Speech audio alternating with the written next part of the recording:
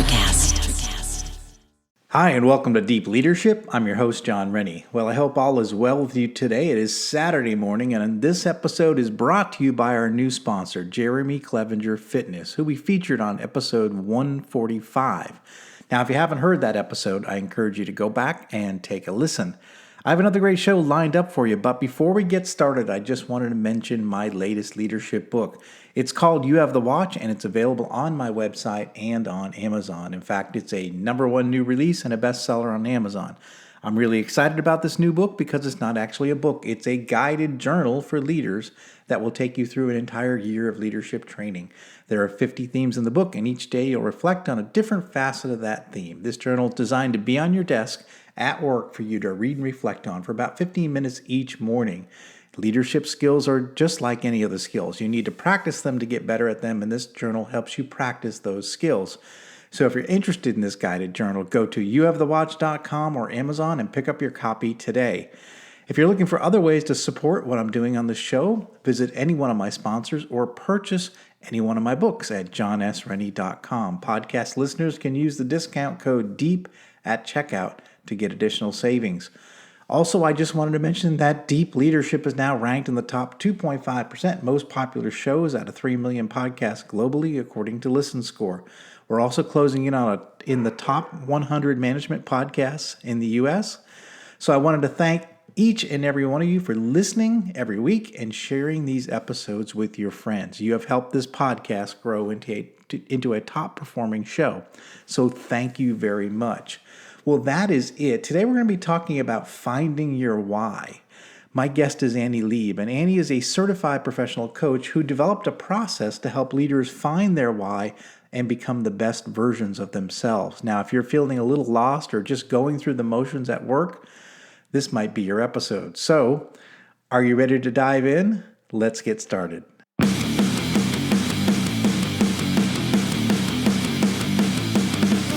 Welcome to Deep Leadership. Leadership is a people business. That's the philosophy of your podcast host, John Rennie. As a former Cold War submarine officer who spent 20 plus years leading businesses in corporate America before starting his own manufacturing business, he knows that leadership matters. Are you ready for some real-world actionable advice from John as well as his expert guests? I'm ready. The show starts right now. Welcome to the Deep Leadership Podcast. Today I'm joined by Annie Leib. Annie is a certified professional coach and founder and CEO of Annie Leib, LLC. Her executive coaching company helps professionals find their authentic selves and become stronger, better leaders. And she is the author of a book called Begin with the Breath. And I'm excited to have her on the show to talk about her breath framework and how it can help leaders become the best version of themselves. So Annie, welcome to the show. Hey, thanks, John. I'm so excited to be here. I saw all these people that you've interviewed, and I'm so just impressed with your history of podcasting and your history of leadership and leading. So I'm really excited to be here with you.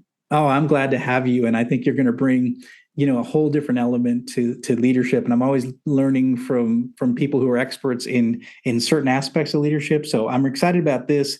Especially because I think one of the things that we leaders are always working towards is self-improvement. How do we become better leaders? And a lot of times we get stuck in areas. And so I'm hoping we're going to learn a lot from the breath framework you have and how we can get unstuck in some of our ways as leaders. So that's why I'm excited to have you on the show to talk about it. I can't wait. That's my favorite topic. So besides my kids. Well, I like my kids too. So, but first of all, tell us about your career journey and how you ended up moving into the role of executive coaching and helping leaders.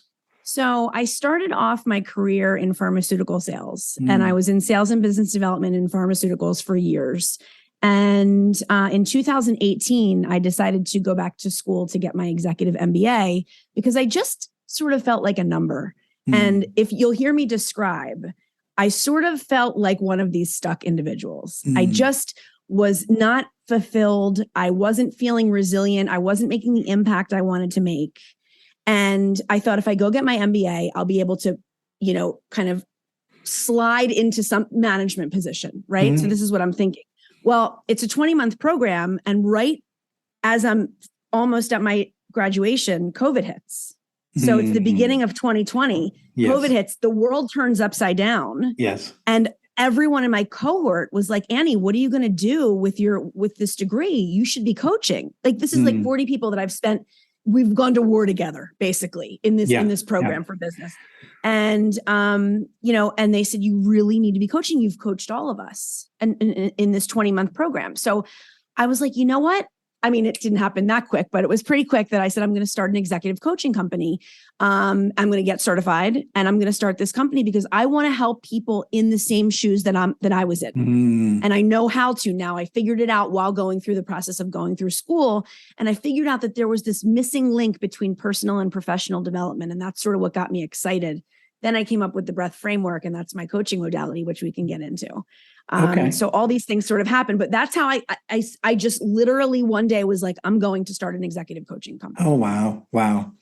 And so you started the company, you developed a process, and now you're working with clients, and that's what I want to talk to you about. So what do people come to you to try to fix in their lives, or what do you find the kind of work that you do, the kind of problems clients come to you with, and how you help them?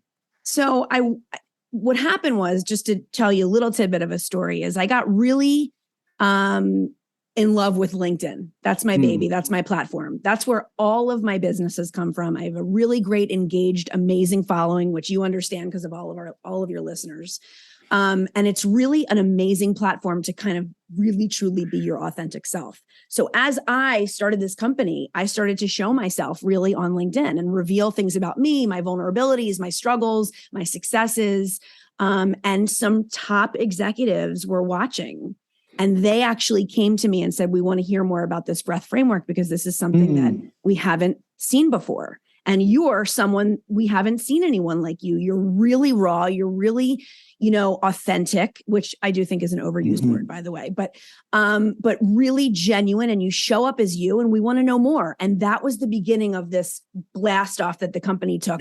These couple of executives really believed in me before I really had anything. This is the beginning of 2020, before I really made it into something. And that's what slid me into this role. And I started, so to answer your question, these people were feeling unfulfilled. They were feeling a lack of resilience. They didn't know how to be adaptable. They felt stuck. They were on a treadmill, a hamster on a wheel. Why have I worked this hard to get this high in the company, and I don't feel like people are listening to me? I don't feel like I'm being heard. Everybody that I meet wants to be heard and seen. And that's what I do for people. That's really interesting. I can definitely relate. I did 22 years working in big companies, and there were times, especially when the culture shifted to be a more top-down management company, and I was a general manager, vice president, so I was running multiple manufacturing plants, but I definitely felt like a cog in the wheel, even though I had a fancy title and I had a fancy office, I felt like that my voice didn't matter. And that was it was definitely a struggle. And for me, at least, it led me to start my own manufacturing company and sort of depart the corporate world. Eventually, I actually left a big company, went to another big company, and I realized, it's exactly the same here as my other place. So I ended up just, starting my own business and going out on my own because I felt lost. I felt, just like you said, my voice wasn't being heard. It's almost like there was a little bit of ageism that happens in corporations, and I don't really talk about it too much. But clearly, when you reach certain levels of pay and seniority, they're always looking to there's younger people that can come in and they can be cheaper. And so I felt like, for most of my career, I was that up and coming guy, and then I was the established guy, I found myself not in a good position being the established guy and not the up and coming guy. So it was interesting. So yeah, so I definitely felt that way. Where's your place, right? Like you didn't know you couldn't find your footing, basically. Right, it's right. Done all this and now I'm here, and what is life? Like, what am I doing with myself? Yeah, and yeah. Do I want to do this every day, and continue to be this person? And I relate a lot of it back to knowing your core values. That's what helped me to get unstuck. Yeah, and I'll talk about that with Breath Framework. But when you can really learn and dig into your core values, for example, mine, and they're the same as my company's, my core values are love, freedom, perseverance, trust, and truth. And those 5 values are embedded in my soul and in my everyday life. I lean into them every day with everything that I do. And once I did that digging, which I call excavating, once I did that digging, I could really figure out who I was, and I gained my footing. Like we just said, how you couldn't find your footing. I like that. Yeah, I think probably one of, and I have not gone through this exercise, but I think one of them is the way I treat my people. I want to treat people with respect, and I found myself in big corporations like having to implement things I didn't agree with. Like this is what we're doing, and I'm like, I don't really agree with this, right? So you're misaligned. That's so you almost felt like I was selling my soul for my paycheck because I was totally doing things misaligned. That's a great point that you make, because that's a word that I use a lot: alignment, executive alignment. And so many of these executive leaders that I meet were just like you, just not aligning with the values of the company, didn't know their own values, and so really felt a misalignment, and that just gets everything out of whack in your life. Yeah, well, that makes a lot of sense. So the book that you've written is called Begin with Breath, and so tell us about it. I assume this is where you're introducing the world to the breath framework. Is that correct? It is. It's actually Begin with the Breath is a collaborative book. Okay. That I made with all of these other coaches that I've worked with for a while. Nice. And what we did was I did the introduction, and then they each wrote a chapter on their experience with my modality, the breath framework. Oh, great. So it's like a really good way to kind of see how people apply breath framework to their life. Okay. And so you can hear a little bit about my story too. So you introduce the concept, and then you have people tell their stories, how they used it to get themselves unstuck and in a line. So, all right. So tell us a little bit about your story and how the breath framework evolved. Okay. So remember this. So let's go back further than I told you, from 2018 when I started school. Let's go to 2014, beginning of 2015. I'm at my lowest low. I'm getting a divorce, signing my divorce papers. I look over on the wall where the notary is, and there's a poem by Ralph Waldo Emerson, and it says something about breath. And I think to myself, this is exactly how it went, John. I think, you can strip me of everything. You can take everything I have, but you can't take my breath. That's mine. And I turned on my heel after I signed the paper, and I went to a tattoo shop in Philadelphia. Now, I know my dad knows by now, but my joke is like, I don't want my dad to find out, like being a Jewish girl from Philly, it's not really what we do. But, so I write it on a napkin, and I take it to this, and it's little, it's tiny, and I get it on my hip. Fast forward, I build my life back brick by brick over the next few years. So I really dug deep into self-improvement, who I was. But then again, I was in the pharmaceutical industry where I kind of was lost again. So I was finding myself. And then 2020 rolls around, and I'm starting this business, and I think, what's this word breath is so important to me. I'm going to make it into an acronym, because I want to teach people what I know. I want to tell them about my life and show them my vulnerabilities so they can learn, and I can guide them to find their most authentic selves like I have. So I made it into an acronym.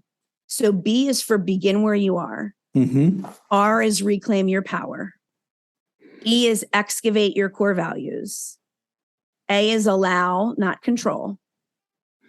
T is through, not around. And H is heal or healing.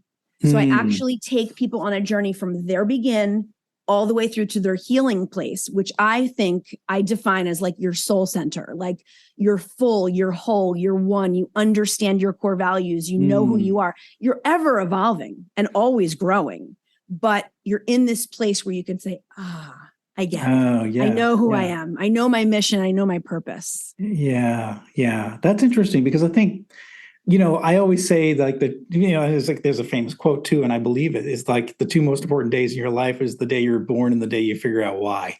And for my life, I knew why from early on. Before I even was in high school, I knew I wanted to go in the Navy, and I knew I wanted to be on submarines. I knew I wanted to be a submarine officer. So my why was getting to the fleet and becoming a naval officer. And then I did that. I achieved all my goals, by 25 years old. Wow.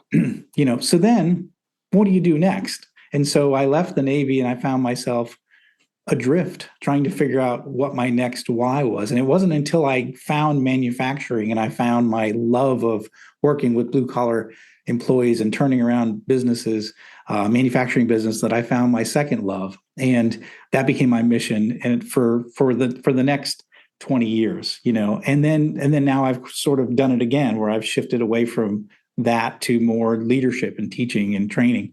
But I think it's important that people find their why. And so how does the breath framework help people find their mission and their why they're here on earth? So it's a great question. I love your story. I'm so the opposite of you in that I had no idea what my why was until I was about 40. No idea. But that's not atypical. That is normal. It's not. People go. I took a job in corporate out of the Navy because I'm like, that's what people do. That's what you do. I don't know anything about this corporation, but I'm just going to go. In fact, actually, I had 2 offers. One was pharmaceutical sales, by the way. I didn't take it, and I went into manufacturing. But it's a long story. But very good, very good. So breath framework walks you through. I mean, I can't share all my tips and tricks, but I will tell you. I want people to buy the book. I will tell you that when you can figure out where you begin. And that's what I help with, where you're really beginning. Because John, most people come to me and they don't know. They don't know where their begin is. And and it's not like this. It's not like Monday we're going to work on B. The next session we're going to work on R. It's not like that. It's much more conversational, much more intuitive exchanges. But I will occasionally be like, do you see how you just reclaimed your power? That's what you're doing here. And so when you can reclaim your power, and there's different ways and exercises I have to do that, and then you excavate your core values, which is such a huge step for figuring out your strengths, leaning into them, figuring out who you are. That so much uncovers your why. And then you go through and you allow and you stop controlling, and you go through and you stop trying to go around. And then you get to this whole place. And when you get to this whole place, that's when, again, you say, oh, I am valuable. I am worthy. I do bring value and worth to everything I do. And we just sort of get to this place where they know who they are, and then they can make more impact as leaders because they have resilience. They have adaptability. They have better leadership skills. They have all of these things that leading with empathy and compassion, all these things they didn't know they had before. And it gives them a new sort of lease on life. Yeah, it makes me think a little bit about when you're talking about resilience and the ability to adapt. It makes me think of Angela Duckworth. She wrote Grit, and she said that grit is actually passion and perseverance for the long term. And the reason why people have grit, the people that she talks about in her book that have grit, are the people that are so passionate towards their why that they're willing to go through anything to get there, right? And so what you're saying is when you align and find your why, your mission, who it is you are and who it is you want to be, you're willing to go through anything to get there. And so you really have the adaptability, you have the perseverance, you have the grit to be able to persevere through the tough times because you know you're on a path. It's like when I started this company, I'm an entrepreneur. Started this company, I have a vision for what this company is going to be. And there's a lot of crap that goes with starting a business, but don't I know it?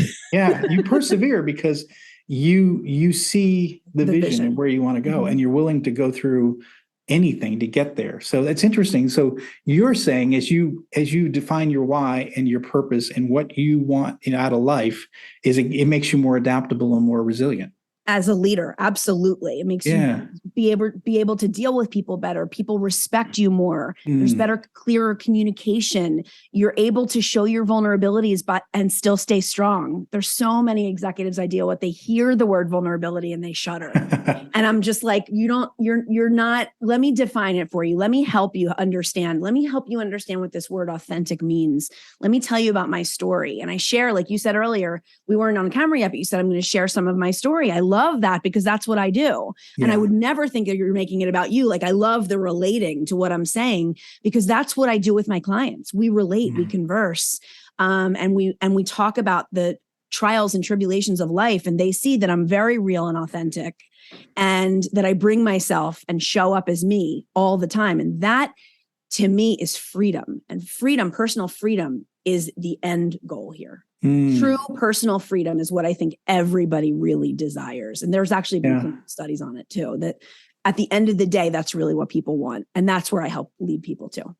We'll be right back after a quick word from our sponsors. Leadership skills are like any other skills. You need to practice them to get better at them. Best-selling leadership author John S. Rennie knows this. That's why he's written a new book called You Have the Watch. It's a guided journal for leaders designed to take you through an entire year of leadership training. By the end of the year, you will master 50 of the most important leadership skills. If you want to have a greater impact on the results and people in your organization, go to youhavethewatch.com and pick up your copy today. This podcast is brought to you by Jeremy Clevenger Fitness. As a high-performing leader, you know that leadership isn't about telling people what to do, it's about leading by example. And for most people, the one area they are lacking when it comes to leading by example is their health and fitness. By improving your health and fitness, every other area of your life improves.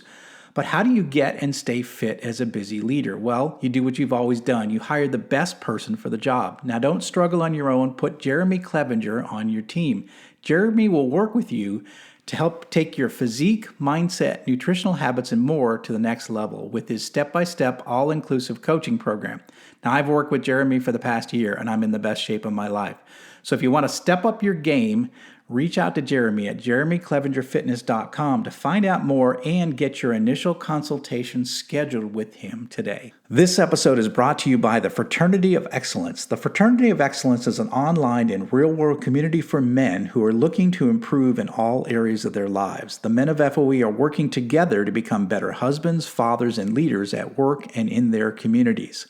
They live by a simple philosophy: as iron sharpens iron, so one man sharpens another.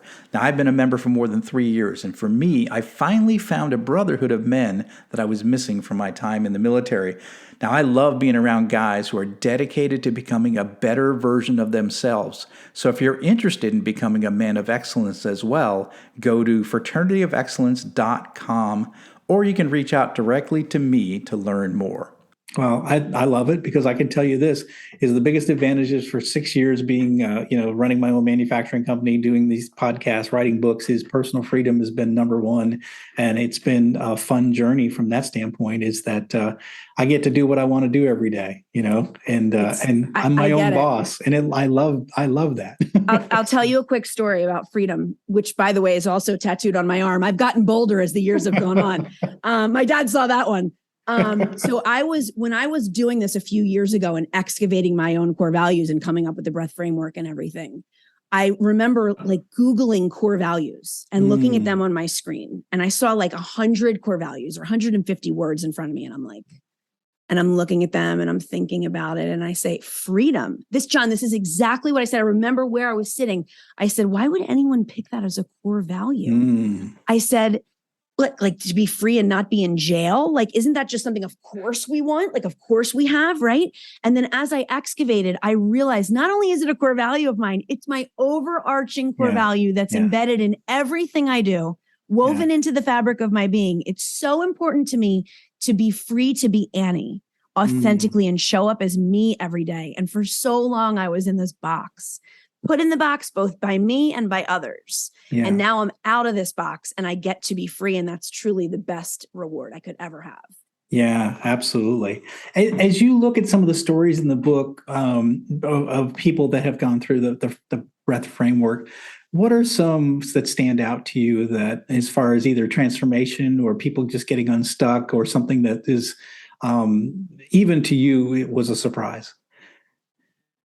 Was it surprising? I have to tell you, I'm going to flip it around a little bit.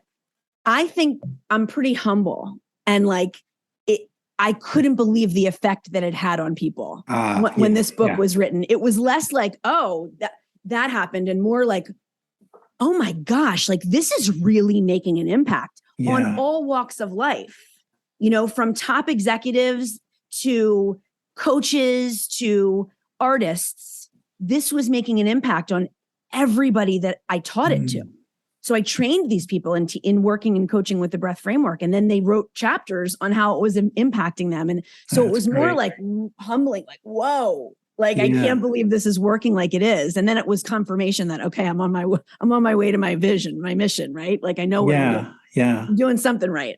Did anyone through the process change careers? Realize that they're not even in the right career path? Oh, yes. I have a couple. I have one specific executive I can think of. I'm not going to use names, but I can think of that actually left her position at a huge Fortune 500 company and totally switched roles. And she is one of my biggest advocates. She writes all of my testimonials. Like, she's done video for me. Like, she's amazing. And we found her voice. And she was finally seen. And that's what she says to me. Like, you saw me and you heard me. And I just was in the wrong role. It wasn't anything against the company. It wasn't anything against the people or the value. It was, that was the wrong role for me. So yes, absolutely. Because I think that's the way we head down a path in life, and we sort of like get momentum, and we sort of just stay on that path, right? And then things happen. You get married, you have children, you have expenses, and you sort of stay on the same path because you're making a paycheck and you're not happy. You're not your authentic self. You become, and I would say this is that, and the people that work for me, everyone that works for me at this company worked for large businesses, and we call it was like a soul sucking.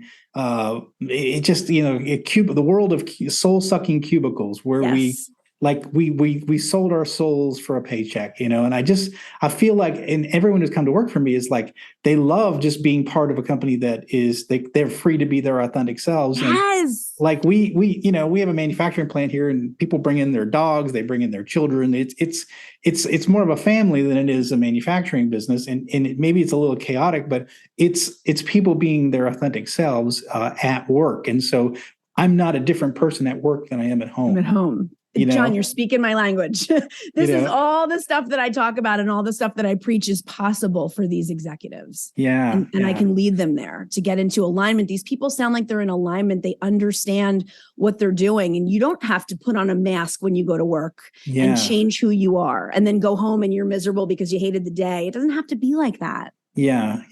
So what are some signs of someone that, if someone's listening in on this, and what are some signs that say that you might want to take a look at this framework? What are the signs that you're frustrated, you're stuck? What are some things that individuals might be feeling that where you'd say, well, you really need to take a look at this framework because it's going to help you down the right path? Your team at work is misaligned. You're not communicating clearly. You're not having the impact. I use the word impact a lot. You're not having the impact you want to have, both with your being seen and heard, both at the office and at home. Okay. Or and you're sort of in this place where you say, like, if we just gelled a little bit better, if I understood how to make everything gel and get in flow, this would be so much better. I can help you do that. It's those people that are missing that gel, that flow, that resilience. It's hard for people to be resilient until you learn how and do the work. This is hard stuff. This is work that goes way back, and you have to dig into a lot of your personal stuff, and that's scary for some people. And another thing is when you have the openness and the willingness, and you're like, and you say to yourself, that's something I might consider. Do it. It will change your life. I mean, I'm not just talking about me. I'm talking about other good executive coaches. Like, it is life altering and transformational when you do the work. So I am a big advocate and proponent. Like, I want people to understand, not just me, but there's plenty of business out there. I don't look at it as competition. I think there's enough for everybody. Yeah. And you have to find who you click with. And that's what I can I can show up as me. And if we don't click, we don't click. And I will be open and honest about that, because I think transparency is huge too. Yeah.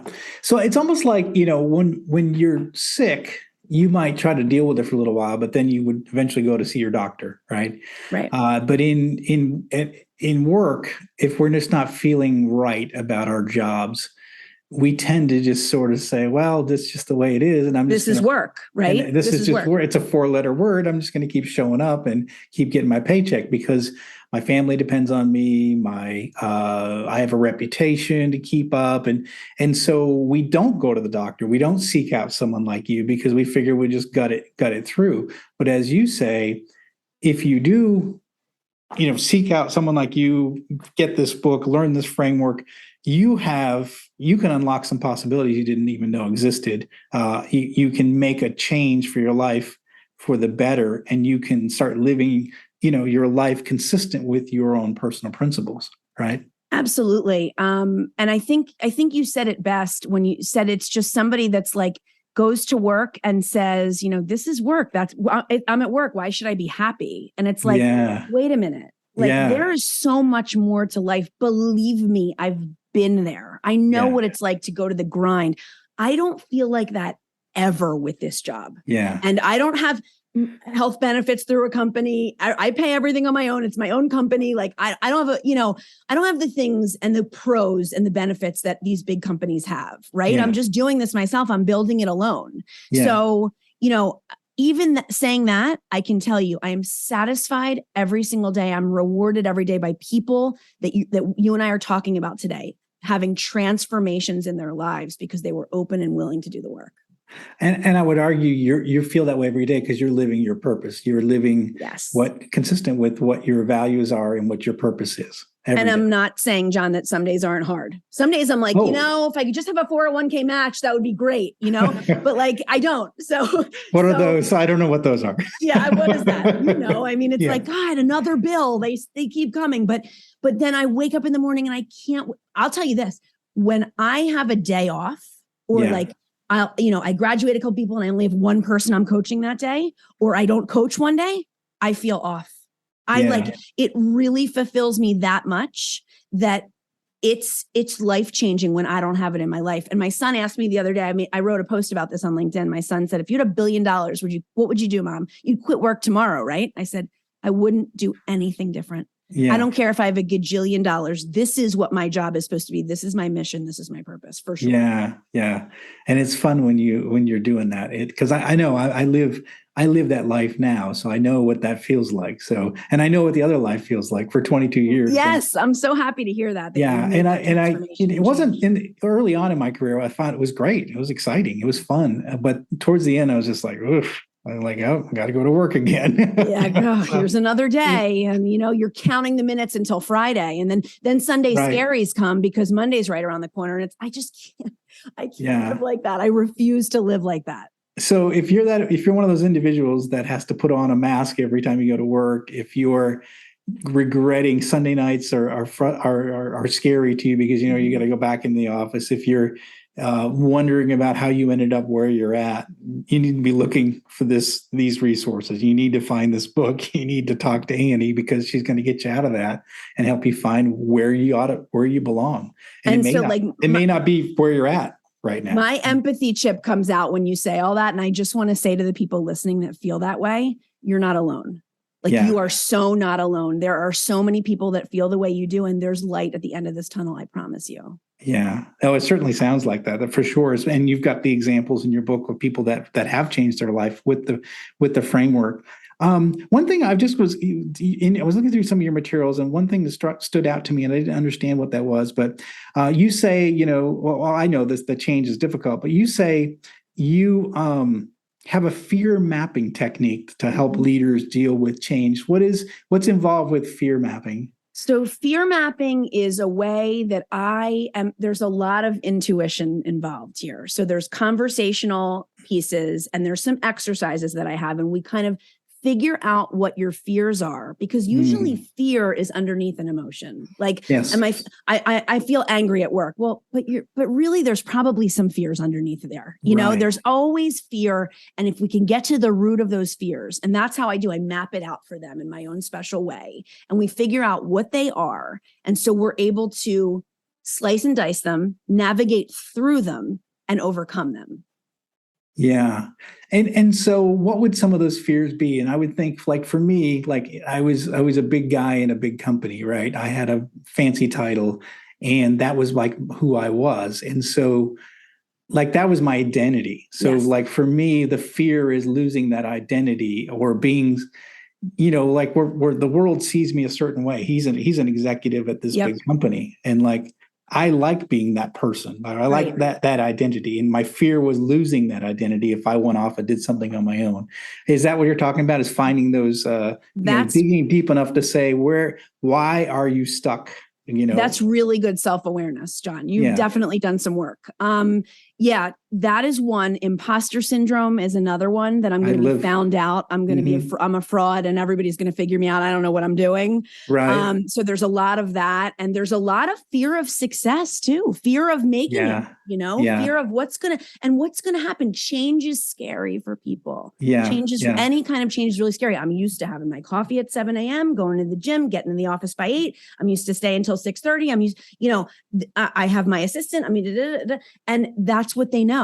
And they're just going through life existing instead of living. I have a course that I'm creating right now. It's called Executive Alignment. It's not out yet. It'll be out in the beginning of the year, but it walks people through the breath framework. So it's almost like it's not one-to-one coaching. It's a recorded course and me explaining breath framework. And what I talk about a lot is getting them to go from their begin all the way to their heal. And we're recording and I need to stop because I just lost my train of thought. No, but you're talking about your training, your course. Course. Yeah. But what did we say before? What did you say before that? Well, we were just talking about being able to, your fears. Your fears, working on fears. Yeah. Yeah. So plenty of people, sorry about that. So plenty of people think that, they won't understand it. It won't resonate them. You know what I hear from I hate to say a lot of men, I hear this won't work on me.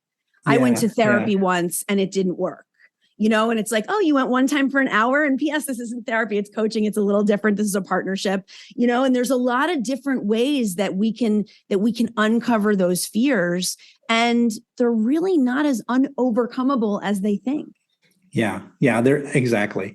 Yeah. And again, as someone who found my authentic self later in life, you can overcome those fears. And I'm no longer a big wig at a big company. I'm CEO of a tiny company and I love it. It's my new identity. And you're still you. It wasn't really your identity. That's what I have to say about that. You just thought it was. Yeah, exactly. So your fear was taking over. Exactly. So you can make big changes in your life and live a more authentic self. You can make those shifts. You can make those change. Don't feel stuck because there's ways out of that. So yeah, absolutely. Annie, this is phenomenal. I really think this is some powerful stuff because I think, as you mentioned earlier, there's more people facing those problems. You're not alone if you're facing this problem. There's more like you than you think. A lot of people are putting on a mask. They're going into work every day. They're pretending to be the person that everyone thinks they are. But really their authentic self is something different. And so if you feel that way, you need to find Annie's resources and you got to sort that stuff out. Yeah. Absolutely. And reach out to me. I'm big on truth. Okay. Finding your truth is how you align with your most authentic self. And people are like, what does that mean? Well, I'll tell you when we meet about how to uncover and figure out what your truth is. It has to do with your mission and your purpose. But when you can align with who you are and your truth, why you're here, what it is your purpose is to be here and what you should be doing every day, your life changes drastically. Wow. And you don't have to be on this treadmill. I love it. Get off the treadmill. Off the treadmill. Hamster off. Get off the wheel, hamster. Get off the wheel. I love it. So, Annie, how can people find out more about you, your company, and your book and your resources? So, number one, LinkedIn, like I said, is my baby. That's my platform. Okay. So Annie Leib, I'm on LinkedIn and it's Leib. Everybody misspells it. So I'm on there. I'm very reachable. I'm on all the time. They can DM me. They can reach out to me. They can comment and engage. I have an amazing group of people that's my following. I mean, truly, I feel like they're my LinkedIn family. So that's what I call them. So, and then my website, annieleib.com. So it's just ANNIELEIB.com. Come visit and you'll be able to see kind of what I'm doing, a little bit more about who I am. And as you can hear, I'm an open book. So please approach me. Absolutely. Well, that's great. We're going to put links in the show notes for everybody who's driving their car right now and didn't take notes, but that'll be there. There'll be links to the LinkedIn, the website, and her book. Annie, thank you for coming on the show and sharing this really insightful conversation, because I really think that there's a lot more people that are stuck and need to hear this than we think. So thanks for coming on and sharing this information. Thanks, John. I so appreciate your time today, and I had a great time. I did as well. So thank you very much. Well, that's it for today. Thank you for listening to Deep Leadership. If you like this podcast, please subscribe and share so we can continue to build a world with better bosses. Until next time, this is John Rennie saying take care and lead well.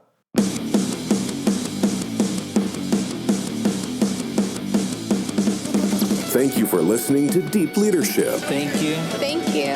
Thank you, thank you, thank you for all you do. We hope you enjoyed today's episode. For more information and updates, please visit our website at www.deepleadershippodcast.com or johnsrennie.com. Until next time, take care.